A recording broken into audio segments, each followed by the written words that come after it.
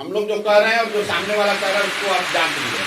तेजस्वी जी ने कहा कि यहाँ की महिलाओं को 2500 रुपया महीना दे देंगे। अब आप लोग के सबके पास मोबाइल है, मोबाइल में कैलकुलेटर है, जरा जोड़ना शुरू कीजिए। बिहार में 6 करोड़ महिलाएं हैं। अगर बच्चियों को हटा दें तो करीब करीब 5 करोड़ महिला हुई। 5 करोड़ महिला को अगर आप 2500 रुपया महीना देंगे तो टोटल बजट साल का आएगा 1,55,000 करोड़। बिहार का योजना बजट जो है वो 1 लाख करोड़ के आसपास का है। तो 1 लाख करोड़ का बजट है, उसमें 1.5 लाख करोड़ रुपया माई बहन योजना में दे देंगे। 200 यूनिट आप बिजली फ्री दे देंगे तो वो पैसा कहाँ से आएगा? उसके मुकाबले जन स्वराज क्या कह रहा है? जन स्वराज कह रहा है कि हम 10 बरस में बिहार में नई शिक्षा की स्थिति क्रिएट करेंगे और जब तक नई शिक्षा व्यवस्था नहीं बनेगी तब तक ये हर व्यक्ति को ये सुविधा होगी कि आप सरकारी विद्यालय अगर ठीक नहीं है, प्राइवेट में अपने बच्चे को भेजना चाहते हैं तो प्राइवेट स्कूल में भेजिए, फीस जो है वो सरकार भरेगी। क्यों कह रहे हैं?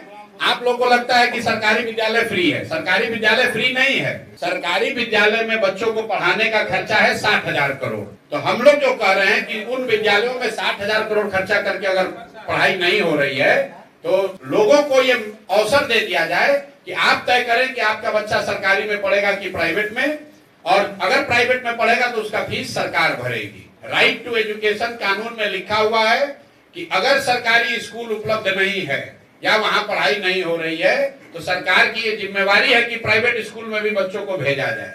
दूसरी बात हम लोग कह रहे हैं कि पलायन 1 साल में रोक देंगे। इसमें फ्री का कुछ काम नहीं है। ये कहा जा रहा है कि बिहार से जो पूंजी का पलायन हो रहा है हर साल 2.5 से 3 लाख करोड़ रुपया जो बैंक यहाँ से पैसा दूसरे राज्य में भेज रहे हैं, बिहार के लोगों का पैसा भेज रहे हैं, उस पूंजी के पलायन को रोककर बुद्धि का पलायन रोका जाएगा। और जिस दिन पूंजी और बुद्धि का पलायन रुका उस दिन श्रम का पलायन अपने आप रुक जाएगा। तीसरी बात हम लोग कह रहे हैं कि मनरेगा से किसानी को जोड़ा जाएगा। अभी मनरेगा का 60% पैसा दिल्ली में हम लोग सरेंडर कर रहे हैं। 100 रुपया बिहार को मिल सकता है तो पिछले वर्ष बिहार ने सिर्फ 39 रुपया ही लिया है। हम लोग ये कह रहे हैं कि किसानों को यहाँ पर मजदूर जो है वो मुफ्त दिया जाएगा। मनरेगा में जो काम करना चाहता है वो खेतों में काम करे, किसानों के साथ मिलकर काम करे, उससे मनरेगा का यूटिलाइजेशन बढ़ेगा, भ्रष्टाचार रुकेगा और बड़े पैमाने पर कृषक बेहतर खेती कर पाएंगे, खासकर नगदी फसलों की खेती कर पाएंगे। चौथी बात हम लोगों ने कही कि यहाँ घर घर रोजी रोजगार हो, उसके लिए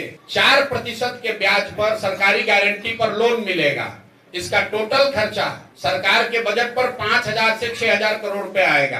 बैंक से लोन लीजिएगा 10% पर, तो अगर 1 लाख करोड़ रुपया का लोगों को लोन दिलवाना है तो 4% का मतलब है 4,000 करोड़ पब्लिक देगी और 6,000 करोड़ रुपया सरकार देगी।